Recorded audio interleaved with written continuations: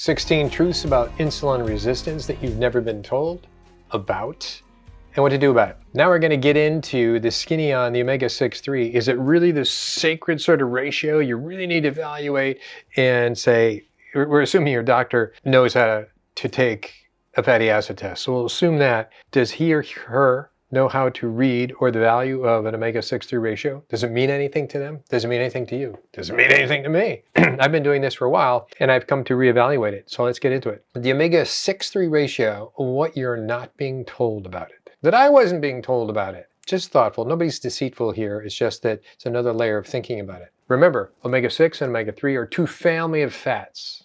Take it from your blood, we look at it, but primarily we're just going to look at two fats that are that make up omega-6 completely. Linoleic, otherwise known as seed oil, and arachidonic acid, which comes from, we generally think of it comes from animal foods. So it's also in fish, but primarily it's in land terrestrial animals. So the pork, the buffalo, the beef, the lamb, etc. That's where you find more arachidonic acid. But in looking around sources, and I'll get into the future, off the top of my head, one of the highest sources of arachidonic acid is duck eggs, yolks specifically. But that varies. Some people say hen eggs, some say eggs in general. I don't know, but it's land creatures, if you will, all right? Okay, so omega-3 is primarily marine. It's all marine, but we're just going to be talking about EPA and DHA. So these two make up about 92 or 3% of omega-6, and these make up about 70% of omega-3. So that's where we're looking at them. Here's what we know about what they call omega-3 index, which is now just omega-3, is that you look at EPA, DHA. There's another one in there too that is DPA. I'm not going to really talk about that. It's, in my view, not that essential. But what are the numbers that you should get? You should get between 8 and 12%, or just say 8 and 12. I've only had one person in the last 10 years that's gotten between 8 and 12. They had a 9%. So it's pretty hard. These are people that are just generally unaware, and now they become aware after testing this and say, hey, this is valuable. But what I want you to know is this is the desirable range from 8 to 12%. So we're going to use 12%, the high normal, kind of like the golden number to have, 12%. So if we have 12% of an omega-3, what does our omega-6 have to do to come up with that ideal 1-to-1 ratio? So think for a second what would have to happen to achieve the ideal 1-to-1 ratio between omega-6, all omega-6s, and all omega-3s. So linoleic acid and arachidonic acid in the NHANES numbers makes up about 92%. And that's pretty consistent in terms of percent of omega-6. That's pretty consistent through everybody's numbers. In the omega-3, if you add these two together, the EPA and DHA, it makes up about 75%. So that's what we're going to be looking at. So we're saying these two together, we're going to increase it to 12% in their ideal normal. It's perfect. Person's really worked hard and they achieved it. Well, that means that this is going to have to drop down from roughly 36%, 35.4 to 12%. That's a considerable drop of not only linoleic acid, but probably all of these, arachidonic acid. Big drop. And also a big stretch. So we've been looking at numbers from the last video that were all averaging around 6%. You know, the NHANES omega-3s, the omega-quant omega-3s, and my omega-3s are all around 6%. So they're going to have to double the omega-3s of the representative people that had this test done and decrease by 2/3 their omega-6. That's a big ask. So consider that. So if that's our goal, that's a lot of work for somebody to do. We're really changing their diet. And it came from the idea of Paleolithic, that's what they ate. They were hunter-gatherers. You know, it's all lean meats, very lean meats, game meat. So if anybody who's had venison and so on and so forth, you realize, hey, where's the fat? The only fat that really was in the game, or the venison, or even the buffalo for that matter, was the brain and the liver and some of the other organ meats. But it wasn't in the muscle. I mean, obviously there were some. So omega-6, omega-3, one would have to decrease to 12%. Here's the NHANES. We have to have 41% down to 12. Omega-quant, 36 to 12. And my numbers were 40 to 12, my data. And same with the omega-3s. NHANES would have to increase by 300% to 12%. So it's a big change. So we keep on hearing about, well, 1-to-1 is the ideal. Okay, maybe it is, maybe it's not. I'm just saying there's a lot of work here that people would have to do to change it to make that ratio happen. So here's what we think of it. We always tend to think of a seesaw, an omega-6 and omega-3, and wanted to give you a pretty clear example of, you know, in order to have a level seesaw, we'd have to drop the omega-6s down to 12% and increase the omega-3s up to 12%. So what is the risk of being out of balance for omega-6-3 ratio. Not exactly clear, but let me show you where I get the data. Here's from that omega panel that I get done from my clients. There's the omega-6, there's the omega-3, here's my 6-3 ratio. Sorry to interrupt. If this is information that you want more videos on or some sort of elaboration, and maybe it's not enough to do an entire another video or a series and so on, these take a lot of time, as you can see. Why don't you just buy me a cup of coffee, and there's a link below for that, and ask me what your question is, and I can address it. It's a great way to simply get a simple answer on something. If it's something more complicated, I'll let you know. I use my research to basically answer people's questions. Certainly that in my clinical experience over a couple of decades. But primarily, this whole new world of looking at lots of data and seeing the relationships has been invaluable to so many people, clients specifically, and to me, and to see what we can do. So if you have a specific question because I've talked about a particular supplement or labs or what labs to get, and sometimes you think, oh, I can't afford these labs. Actually, most of the labs that I talk about are well under $50 for 3 or 4 or 5 of them. But I would encourage you to get involved, contact me, buy me a cup of coffee, let me know what your question is, but in the very least, let me know you value this information. So on me, for my numbers now, specifically, the range is from 1 to 9%. 9 is great. It's between that 8 and 12. 1% is like, do you have any omega-3? And same with the omega-6. It goes from 36, 47%. And we're thinking, oh, this person's going to drop it down to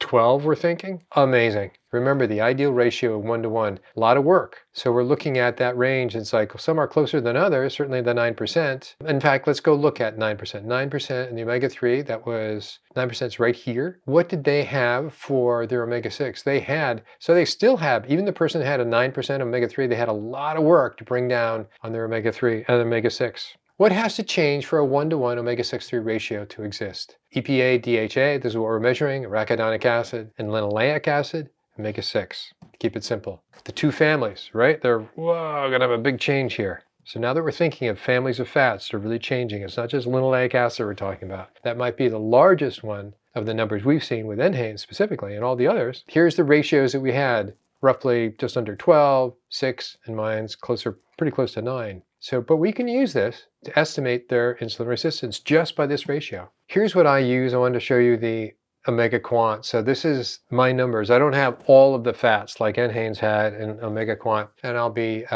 changing that because it's like omega quant offers quite a value for their money. But as it is now, just to give you a sense of reality, it costs $75 to get this test done, whether you get it from the Fats Food LabCorp, and Quest, I assume, is the same. It's the same test. LabCorp is this way. Here's Quest. You can see it's exact same printout, colored slightly differently, but it's the exact same. It's what I use for my clients, and this is available for anyone through the link that I will be in the show notes. So here we go. That's where I get the information. I think you need to know that. And now we're looking a little closer. Look at some of these ranges. Here's the omega quant range, and here's the LabCorp range.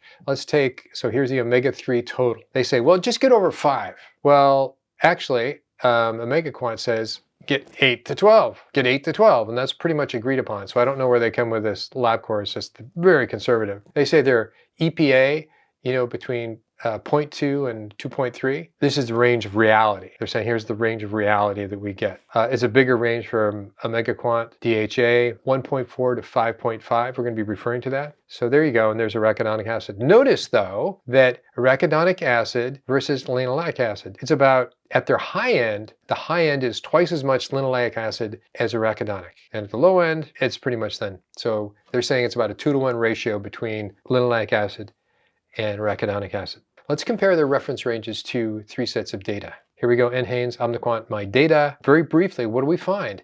Is that from NHANES, so the NHANES range was 18 to 25, call that 18 to 30%. Well, we find even on their numbers, these are their numbers, that their population was out of range, too high. Their linoleic acid was too high per NHANES in their reference. And that their arachidonic acid is between 8 and 15, it was too low. So they were too high and too low. Whereas even OmniQuant had more arachidonic acid and had less. Notice, the higher your linoleic acid is, lower your arachidonic acid. That's an actual thing. And often that's misrepresented. They say, well, if you have a lot of linoleic acid, it's all going to be converted into arachidonic acid, and that's pro-inflammatory. Well, that actually is not true. All right, omega-3, here we go.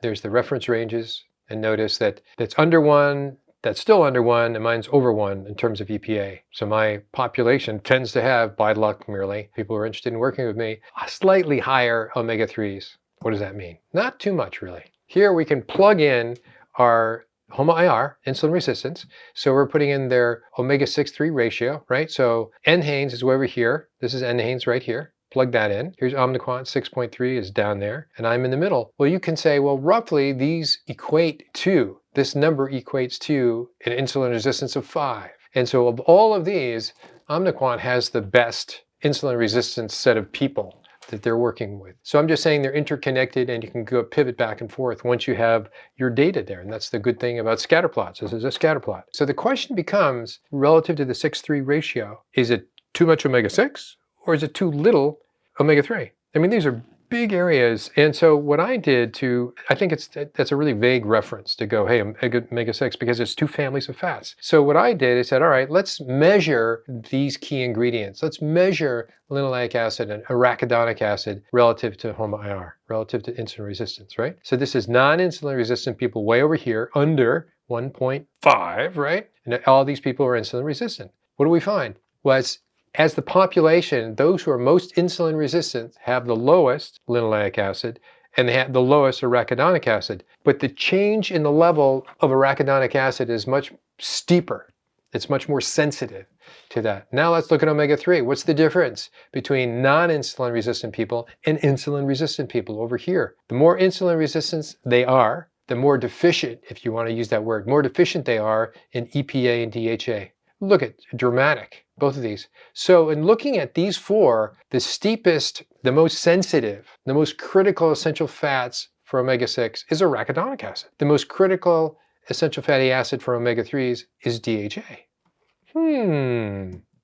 Okay, so which is it? Omega-6 or omega-3? You know, it's like, so tell me the answer. Which is more important? And it ends up, I think it was not a useless reference, omega-6-3, but it's not that helpful, really. Seeing this, I just simply carved it out by saying, all right, well, what do we do with this? Let's look a little more deeply. Omega-3 is EPA, DHA. Omega-6 is arachidonic acid and linoleic acid. What I did here is notice arachidonic and arachidonic. So as arachidonic acid goes higher, so does DHA. As arachidonic acid goes higher, so does EPA. It's omega-6, omega-6, omega-3, omega-3. So they move together is the point. And yeah, there's a slight difference between non-insulin resistant people and insulin resistant people, but it's pretty much the same. It's the same direction and a different degree, so I'm saying it's the same direction. But did they move together? Now let's compare it with linoleic acid. As linoleic acid becomes higher, DHA becomes lower in both insulin resistant and non-insulin resistant people. As linoleic acid becomes higher because we consume more, mostly through processed vegetable oils. EPA. So that's a big difference. So arachidonic acid is almost acting like an omega-3 fat, that it rises and falls in people together. So arachidonic acid and linoleic acid work in opposition. The more you have, as we saw, the more linoleic acid you have, the less arachidonic acid you have. And you go, wait a minute, that doesn't make sense, because as many people are told, and as a general population, of the degree you know anything about this, says, well, wait a minute, more linoleic acid makes more arachidonic acid, and that's the fault of all our inflammation. And guess what? That's not true. Hi, sorry to interrupt. I just wanted to say, have you ever wondered where Dr. Goldkamp gets all his data? And what gives him the right to say this is associated with this and therefore da-da-da-da-da-da? It's the work that I get out of all the clients that I've worked with. I put them in a huge database, spreadsheet, from their scatter plots, and it is proven to be invaluable. And it's something that I obviously encourage all doctors to do, because it's the clear way of showing relationships between various issues. But really the upside for clients, it gives them little things that we can address that dramatically change their health. That's the key. The little things. There's not like, oh my gosh, I got to go do this. Nope, it's not about the big things. It's about the little things. You change certain ratios and it's amazing what happens, whether it's hormonal or not. And I'm in the midst of actually doing research around a big LabCorp panel that I've already done about 100 people for, but in talking to certain researchers that have helped me saying, do it again, add to it, and you might want to consider some other tests. It has become very exciting to be part of this research now in building this out. So The upside here is saying, have you ever thought about becoming a client? If you have, if you're interested, just send me an email and I'll say, this is what it means. And this is how I work with people in one of two ways. We focus on the one big panel that I'm doing my research on, that I've done with all my clients, and others are much more comprehensive. We do a couple of other panels, genomic work, nutrient deficiencies, and hormonal panels, neurotransmitter as well. Consider it. What you would not see or understand if you only looked at the 6:3 ratio, right? Only at that number, you wouldn't see the specifics. So here we go. Here's omega-3 versus omega-6, and we have pretty much the same graph, right? Really, insulin resistance or non-insulin resistance, nothing to do with it. It's pretty much the same graph, and here, given my data now, it's about a 9-to-1 ratio between the two. The point here is linoleic acid, the big seed oil bad guy, is not always bad. As we saw some studies, and my data sort of said, yeah, I loosely agree with what was stated, but I can't disagree with them, is this way. So linoleic acid is the major omega-6 fatty acid. If you want to call it seed oil, call it seed oil. It's the higher amount of linoleic acid, the lower amount of arachidonic acid. Arachidonic acid and omega-3s, EPA and DHA, move together in opposition to linoleic acid. Never knew that. The problem with only looking at averages, like we saw those numbers, NHANES had 30 and so on and so forth, is because you miss the range. By only looking at, you miss the range. The range is what tells the story. So for instance, I just did my lowest range of omega-3, DHA, EPA, omega-6, arachidonic. And can you imagine somebody with a low of omega-3 of 1.1? Remember, we're saying you need to be within the 8 and 12, at least get in the box. You don't have to be 12, but that's a good goal. Clearly, this person is going to have probably a lot of inflammatory problems. Depending on the age, might be early onset dementia. I mean, a lot of things that involve with omega-3s. Person who has high, they're in the box, right? And there you go. And so you can see that the range between these two is very telling when you lock it, when you correlate it to what that person's situation is. Okay, arachidonic acid and DHA were the two major movers relative to insulin resistance, right? So this is HOMA-IR, and this is arachidonic acid in blue, and DHA. Biggest move for omega-6, biggest move for omega-3. So let's be clear, the most effective fats that correlate with lower, better insulin resistance is not just omega-3s, but an omega-6 arachidonic acid. Arachidonic acid. The reason I keep on harping on arachidonic acid is because certainly the way I learned it in med school is like, well, that's the bad fat. You shouldn't eat animal products because they're high in arachidonic acid. And if you're high in arachidonic acid, you're going to have all sorts of inflammatory conditions. Whether if you're a woman, you have PMS or menopause will be terrible, and you'll have headaches, and you'll have yada, yada, yada goes on. You'll have GI problems, all because you have too much arachidonic acid. And I find that that's really not true. Just because you have a lot of linoleic acid, seed oil, doesn't mean you'll have a correspondingly high amount of arachidonic acid. There we go, right? Look at they had the highest, they had the lowest. Omega Quant had higher arachidonic acid and lower linoleic acid. My group had yet higher arachidonic acid and lower than NHANES. So there's a ratio going on. I said, notice anything? In fact, it is just the opposite from thinking your arachidonic acid is going to be higher because you have higher linoleic acid. To show you in this graph, the more linoleic acid, seed oil you have, the lower will be your arachidonic acid. That's for everybody, right? Now we break it up into insulin resistance and non-insulin resistant. Still the same thing, slightly different by degree, but still the same direction. The lower your arachidonic acid, the higher. Oh, wait a minute. We just kind of got the cart before the horse, maybe. The lower your arachidonic acid, animal products, the higher will be your linoleic acid, aka seed oil. Remember that these are both omega-6 fats. And so we say omega-6 fats are bad. Wait a minute, we're kind of getting a little bit of a battle here. So the question then becomes, is this due to low arachidonic acid, or is it due to high linoleic acid? Are you consuming a lot of vegetable oils, we'll say? Or is it because you're not eating enough animal products? Others have noticed this pattern as well. So this isn't Dr. Goldkamp in his garage going over his numbers of all the clients he's worked with and saying, look what I found. It's not that at all. It's actually out there pretty recently. So it's kind of it's fairly new discovery on this. And from the study coming up, I'll show you in a second, it says the amount of arachidonic acid is decreased by fish oil, DHA, EPA. So those who eat primarily fish, marine, shellfish, fish, things from the ocean, forget about the toxicity question, or they supplement with it, right? They can reduce their arachidonic acid. Not saying that's the goal, but this is established in the studies. It's not over yet. Arachidonic supplementation, which I've never done ever. You don't need to, just tell people to eat animal products, good animal products. Arachidonic acid supplementation or consumption decreases linoleic acid. It appears that the capacity for retention in the body, this is, I'm quoting from that study coming up, is in the following order. EPA is greater than arachidonic acid. But remember, this is very little. DHA is what, 3 and 4%? EPA is 1 plus, whereas arachidonic acid is around 15, and linoleic acid was in the 20s. But it says, so this is more influential than arachidonic acid, and arachidonic acid is greater than linoleic acid. So if you're not eating animal products, this is going to be allowed to be higher, if you will. Where do these fats come from? Fish oil. DHA, EPA that you consume comes from shellfish or fish.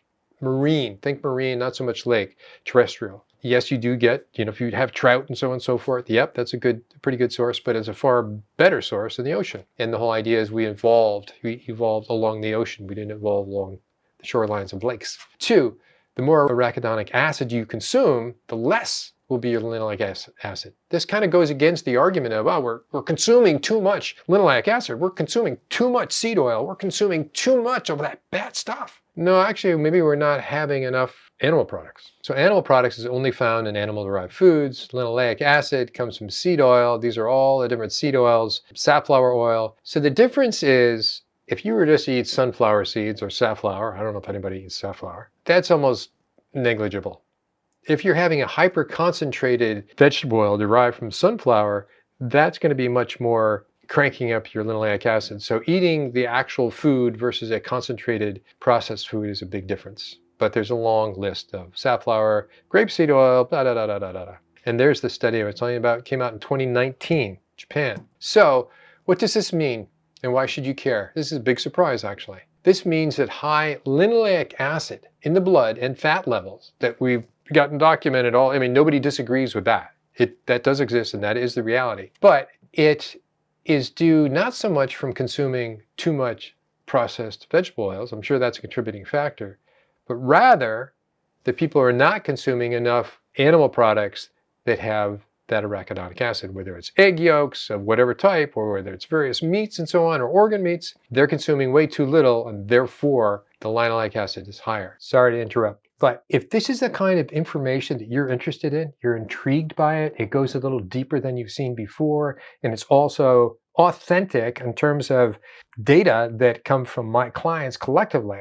So it's not some abstract out there, it's actual feet on the ground, if you will. It's where the tire meets the road, all those cliches. If this is something you're interested in, do me a favor, subscribe to the channel, hit the bell, and if you have any specific questions, send me an email. So consuming too little animal products, arachidonic acid, which means you're not consuming enough animal-derived foods, is the key to lowering your linoleic acid, having more animal products. So we can see that the trend for eating meats, and this is also, I could have done 10 other slides here, who cares, right? 1977 is not long after I graduated from high school and went to Norway. So red meats declined, so arachidonic acid has declined. Poultry has increased, and you can say, well, shouldn't that offset it? And the idea that fish consumption hasn't changed at all, I doubt that. I don't know that many people that eat fish. They take fish oil, but not many people eat fish for toxicity reasons and other things, meaning the pollutants they've absorbed. Okay, so omega-6, there's the family, right? So what I'm saying is consume more of this, arachidonic acid, to lower your linoleic acid. It's consuming, this is the action you take. This is the actionable recommendation. Consume more of this. So clearly something to consider, and most people have never heard of this. Last thing to know before I jump off is that this is kind of the historic way omega-6 and 3s were presented. Omega-6, bad. They're pro-inflammatory. Omega-3, good. And it sort of gives you little references. Arachidonic acid, A and ARA is the same reference for arachidonic acid. This is meat, that's egg, that's some in fish, and then that's cheese from dairy. Those are the sources. And it says, well, your sources for EPA and DHA are from fish primarily. And that's true. Up here, these are plant-based. So seed oils, we've been talking about that all day. ALA, and that's from basically leafy vegetables or grass. So the difference between grass and come back 6 months later in the fall when it's got all its seeds. Omega-6 is in the seeds, the grass, spring, the cattle that grazes on the grass, spring grass, gets a lot of ALA. So they make more EPA. If they are fed seeds, then they will have more linoleic acid. Pretty interesting. So that's pretty much how it is. Plants up here, everything does come from plants. These are considered LA, linoleic acid, and alpha-linolenic acid are considered essential oils. Humans don't need to have these if they eat arachidonic acid animal products, if they eat fish products. More on this in the next video, where we're going to drill down even further in linoleic acid and what to do about it.